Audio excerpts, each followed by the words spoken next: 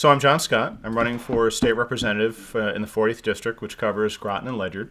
I'm a former small business owner, so I understand what businesses are going through and the challenges that they're facing. And quite frankly, we've had nearly 40 years of one-party control that has created a high-tax situation and a red tape situation that has really blocked business and industry from growing and created less jobs here in Connecticut. So I think we can turn that around, and with a change in leadership, and we can lower taxes, we can undo some of this red tape, and we can bring jobs back here to Connecticut. We need to turn those moving trucks around. There's 60 people a day that leave the state. We lost $600 million in revenue last year. We've got to change this formula, or we're just going to end up being bankrupt. No, you're one term removed from holding that seat. Right. It's a rematch between you and the opponent that unseated you. Right. What's the case you're making that voters made the wrong choice in changing representation 2 years ago? Well, I'm approaching with basically everything I just said. People knocking on doors. People don't want any more taxes. They definitely don't want tolls. I hear that all the time at the doors. I think that part of what happened to me had something to do with the presidential race.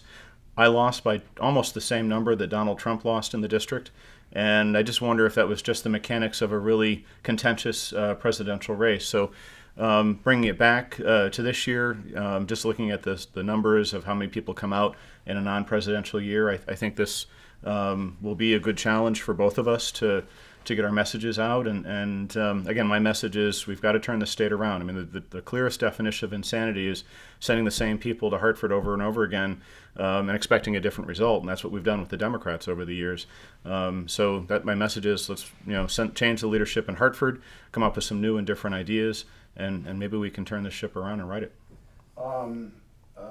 Any example or two where you feel Representative Conley has not served the district in a manner you may have or may have fallen short, arguably? Well, I can give you the example. She voted for a budget that really stuck it to the town of Ledyard. They had to put out a supplemental property tax property tax bill because they had $1.8 million cut from their education grant, and that was a budget that she passed. So that resulted in, in April, when everybody is having to write their income tax and state income tax checks, they also had to pay on average about a $250 additional bill to the town of Ledyard. So these are the things that we have to watch for. The Republican budget or the bipartisan budget that was passed earlier that the governor vetoed, my understanding is it didn't hurt the towns in the area to the point that a town would have to send out a property tax bill. We had asked Representative Conley about that as well, and her response kind of two things was, one, that she said it wasn't fully the legislature to blame, that Ledyard did have a bond payment coming up, and two, that she's covering a fraction of Ledyard and wish the representative covering more of Ledyard had done more. What's your response to Well, I mean, Mike France covers the other section of Ledyard, and he voted against the bill that she voted in favor of. Now, I would disagree that there was a bond payment to it. I think that has nothing to do with it. The fact of the matter is it was a $1.8 million cut to the educational grant that was built into that budget that she voted in favor of and France voted against. So, I mean, long and short, it was a major cut to the town. Now, they managed to find, I think it was roughly $800,000 in cuts, but they still couldn't find that other $1 million, and that's why they submitted the property tax bill. You said that you would hold the line on taxes, Right. And you correct me if I'm wrong, and you think tolls are not the way to go. I am firmly opposed to tolls. I compare tolls to the income tax here in the state of Connecticut. 25 plus years ago, we created the income tax, and it was 3 tiers at the time. I think the highest tax limit was 3% of wages. Now there's 7 or 8 tiers, and the highest percentage is pushing 7%. And my feeling is that it allowed the state of Connecticut and the legislatures as they've existed over the years to be irresponsible, and all that money has been squandered. There's nothing that I'm seeing in legislation that would activate tolls that would mandate that money be spent on just our roads, bridges, and highways. And my fear is that money will be also squandered in just paying the general obligation bills and allowing state to continue to expand the size of government, more departments, higher wages, more benefits, things like that. So, some of the numbers I've seen right now is the tolls will come out at about 10 cents a mile in an off-peak rate. I think it's key to talk about off-peak. If you're driving during commuter hours, you could see a higher rate based on they call it congestion tolling. I also think it's going to have a bad impact on our large employers. I mean, we rely on EB and Pfizer as major employers here in Groton, in my district, and some of the math that I've seen is that an EB or Pfizer employee coming in from Rhode Island would pay an additional $3,000 a year in tolls to come to work. And I know that EB is losing, just by attrition, retirement, and things like that, they're losing, I'd been told at one point it was almost 1,000 people a month, and they're having to pull from all different places to get replacement workers in, and they're pulling very heavily from Rhode Island. But if they're looking at what they're making now in Rhode Island and what they would make at EB here in Groton, and add to that not only the Connecticut income tax but $3,000 in tolls, it's going to make EB not so attractive for somebody to come work for. So I just don't agree with tolling. I think it's bad. I did an event at Pfizer a couple of weeks ago, and it was very interesting. There was 150 people in the room, and it was myself and the local Republican candidates. We had Themis Claridis there and Bob Stefanowski in attendance. And I can't remember if it was Themis or if it was Bob Stefanowski, but one of them asked the question, by a show of hands, who here is in favor of tolls? And out of the 150 people in that room, only 3 people raised their hand. I think that's telling. People don't want tolls. I think one thing Representative Conley told us was that she would want to just start with truck tolls and see how that goes. So can you talk specifically about your opposition to truck tolls as opposed to? Well, the state of Rhode Island is doing that right now, and they're in the middle of a lawsuit. The trucking industry is suing them. So I think before we pursue truck tolls, we need to see how Rhode Island fares with that. The infrastructure has been built in Rhode Island, and they're adding to it. So if they lose the lawsuit and they have to toll everybody, well, now they've got tolls on everybody. So let's wait and see what Rhode Island has. You get the commentary sometimes. Well, everybody else is doing it, and I remember the old kindergarten lesson. If everybody else is doing it, you shouldn't be doing it, type of a thing. And I think we need to sit back and take a hard look at things. We'll see on the ballot this fall a transportation lockbox initiative. It'll be a constitutional amendment creating a transportation lockbox. And the way I understand the language of that thing is that as the legislatures exist every 2 years, they get to decide what money and how much goes into that lockbox. And once the money's in there, it has to be spent on the bridges and highways. But there's nothing to say that if we create tolls, that even $1 of that toll money would go into that transportation lockbox if it passes. So I think there's a few things that need to be sorted out. But at this point, I just cannot support tolls. So the state is facing projection of continued deficit spending over this next fiscal year, and that deficit, the structural deficits, just continue Right. far into the future, largely driven by the fact we have to catch up on the pension obligations that were grossly underfunded Right. For years, the large debt loads the state is carrying, and the contracts which are locked in, Sure. barring renegotiation. So without any tax increase, without going to tolls to meet the transportation needs, how do you ever close those deficits without some revenue component in there? I think we need to take a look at a lot of different aspects of our state government. We just can't burden the taxpayers and the businesses with additional taxes. And I think we need to get the unions back to the table and talk about some of the things that are going on. I use my neighbor as a great example. He's an employee of the Department of Children and Families, and he wears an ID badge on his belt that it's his state ID as an employee. It's got his name and date of birth and an ID number, and he uses that badge to buzz himself in and out of the building. But when he arrives to work, he goes to someone's desk and he opens up a 3-ring notebook and he signs himself in, and later on he signs himself in and out for lunch, and at the end of the day he signs himself out. And all of his other coworkers in that department do the same thing. They all go to that 3-ring notebook. It is someone's job to enter that information into the state's payroll system. In this day and age with technology, why doesn't that badge also provide him the opportunity to buzz himself in and out of the payroll system? And so these are things that I don't think the state is looking at as far as efficiencies, taking advantage of technology and things like that could make things more efficient. And so I think whoever becomes the governor needs to be taking a hard look at those aspects. And we also have to take a look at how we regulate businesses. I mean, we've got situations here in the state of Connecticut where we regulate people right out the door. In Groton, we have a shellfishing entity, and they know that when they get a big rainstorm that they cannot harvest their shellfish. And so they had created a process where they could pre-harvest oysters and keep them in sterile salt water. And so when they get these big storms, they still had inventory to sell. For 7 years, they chased a finish line by the Department of Aquaculture here in the state of Connecticut, who thought they knew better than the Federal Food and Drug Administration. And they eventually gave up and walked away. But this could have been, what I was told, an entity with more than 300 employees, and now they're just 50. So these, all these type of things we have to take a look at.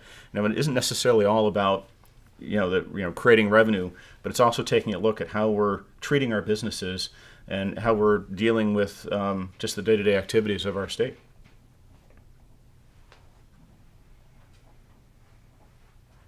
I mean, devil's advocate still doesn't sound like enough to close. Well, I don't know. But I think though we have to do something to make things more attractive here in the state of Connecticut. I mean, your business.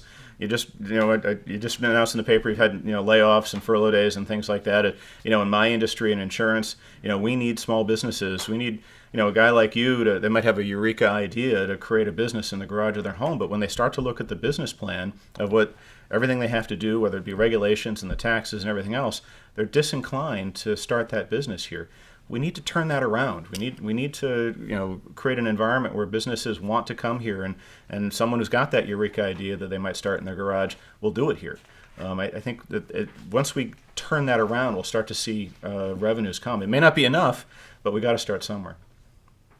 So you already touched on one of the questions we're asking everyone in the recent Quinnipiac poll.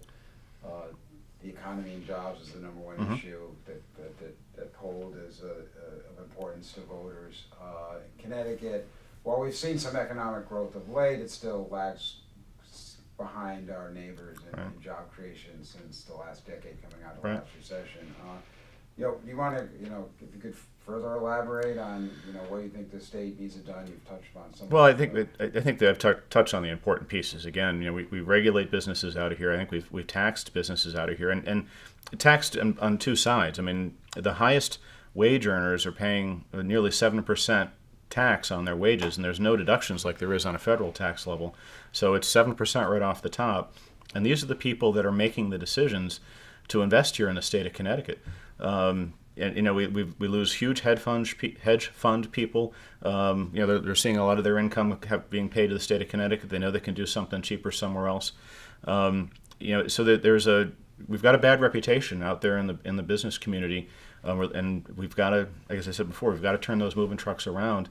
So I think it starts with taking a hard look at our taxing structure and our regulatory structure, both on an individual basis as well as on a corporate basis. The gubernatorial candidate for the Republicans, Bob Stefanowski, one way he feels Connecticut could really begin to turn things around is to go back to not having an income tax that over a period of time phase it out. Do you see that as a realistic goal and a goal that the party, if in power, should pursue? I think it should be taken a look at. I don't think it's possible on day one that by the end of the year he'll have gotten rid of the income tax. But if it can be reduced by a significant amount, that's a win. I mean, if we can make it go away, that's even better. I want to hear what he has to say after he gets elected as he starts to put this all together. I think it's something that has to be studied. How did we do business? How did we survive before we had income tax, and how does that relate to where we are today? We know that the money has been squandered. It has allowed the state of Connecticut to expand itself into a situation that's unsustainable, whether it be the number of employees we have or the pension and health insurance benefits that we have. It's allowed the legislature, 38 years of one particular party, to create this monster that's become unwieldy. It's time for a change in leadership to start beating back the monster a little bit. Erica, you... Oh, yeah, I have plenty of questions. So I know one, big issue last year was the education cost sharing grants, and with Groton, obviously, as an alliance district, they're going to, have their funding kind of set for at least the next 5 years. Ledyard is a whole other concern. What do you think the state could do better to give the towns a little bit more security in their budgets, not be so worried about the volatility Right. from year to year for education?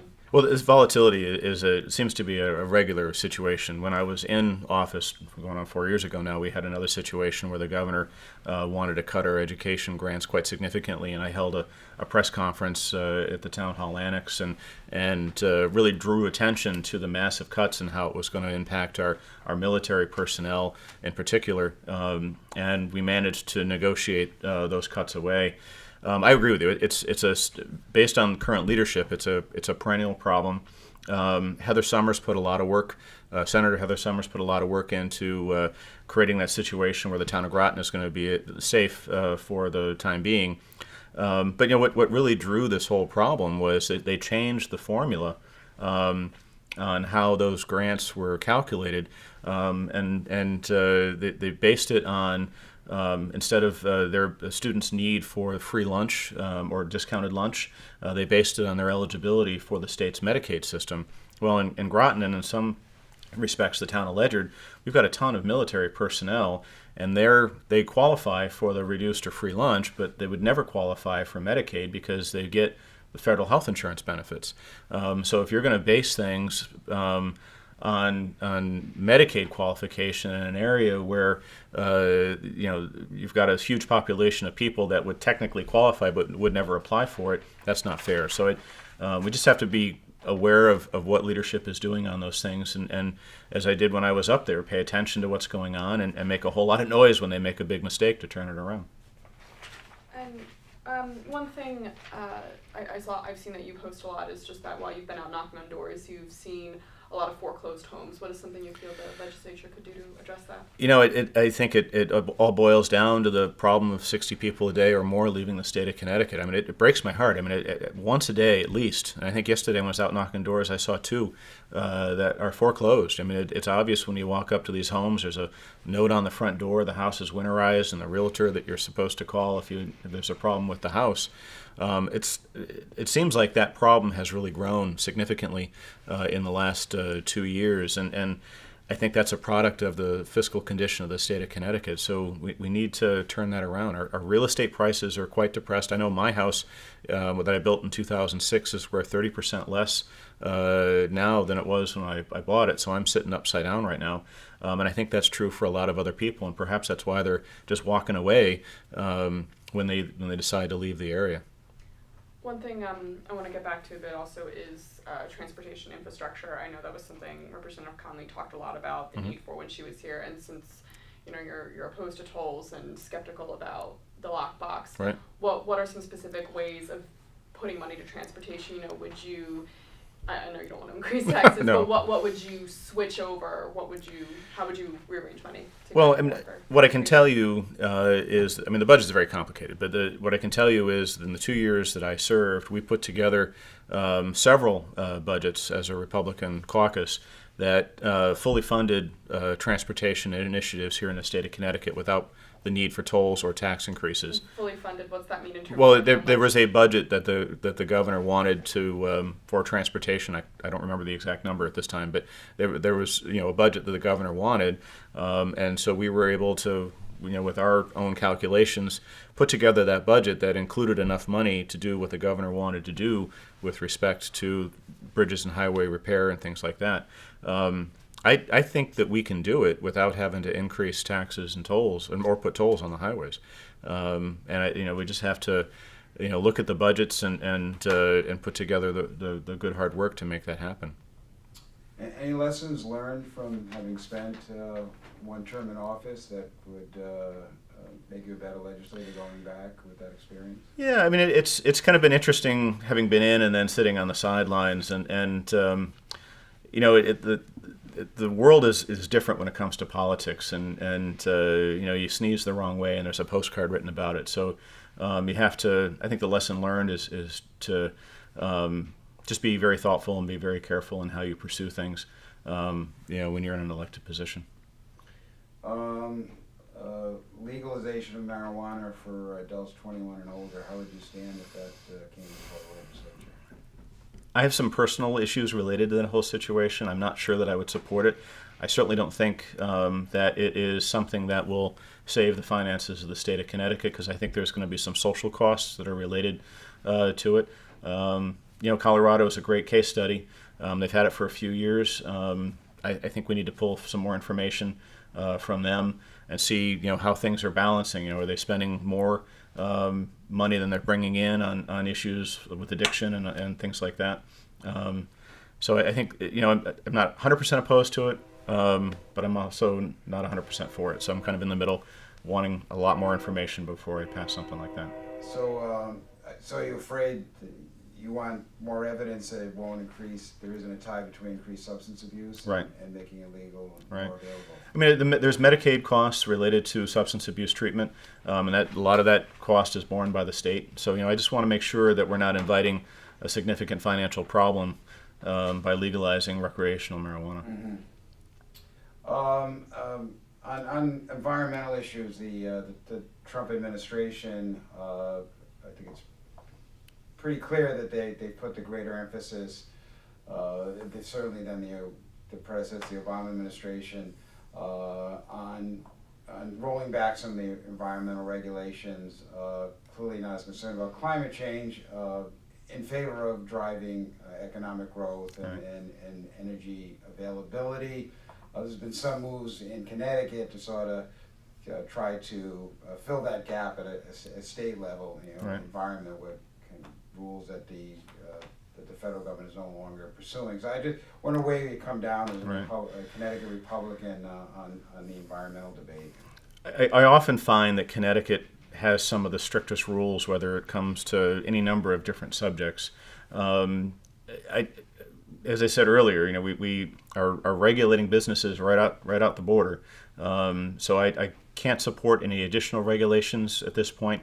We need to get businesses back here. The environment's very important to me. I drive an electric car. I believe in being environmentally sound.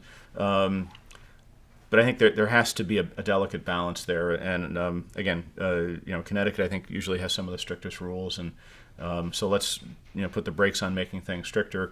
Again, make an environment where we can get people back here. All right, we're pressing up against a half hour. We're Okay. getting about a half hour. I don't know anything you wanted to add. We haven't covered things that Lakeport. No, I'm looking forward to the opportunity to get back to Hartford. I think I bring a good perspective, a business person's perspective. I'm in the trenches. I'm on the streets. I see what businesses are suffering, and we need to change that and turn that around and get things to grow around here. One last Sure, question. certainly. Yeah. One last question I had was, I know on the federal level, at least, we're seeing things more and more divided in terms of parties not working together, and honestly, Right. for a lot of people, it doesn't benefit them in the elections, even right. if they do. So, what are some ways when you were in the General Assembly that you did reach across the aisle, and what are some ways that you would do that if elected? Oh, I've still got very good friends from across the aisle. Some deputy speakers, I've got their contact information on my cell phone. I can fire them off a text message or call them right now. I worked across the aisle on a lot of things. I was on the insurance committee, and there was a lot of bills coming around that people just didn't understand. And I do insurance for a living, so I knew how everything works, and so I spent a lot of time sitting with them and talking with them and making sure they understood the ramifications of a particular bill as it was coming across. In the campaign season, I somewhat call it silly season. There's a lot of animosity that goes back and forth. Who's better than who's not doing the right thing or whatever. But when I was in Hartford, I didn't have a problem working across the aisle, and would look forward to that opportunity again. I mean, in long and short of it, we're all there for the best of the state of Connecticut, and if we don't work together, things aren't going to happen. But we definitely need to work together across the aisle. Well, thank you for coming in. Thank you for having me.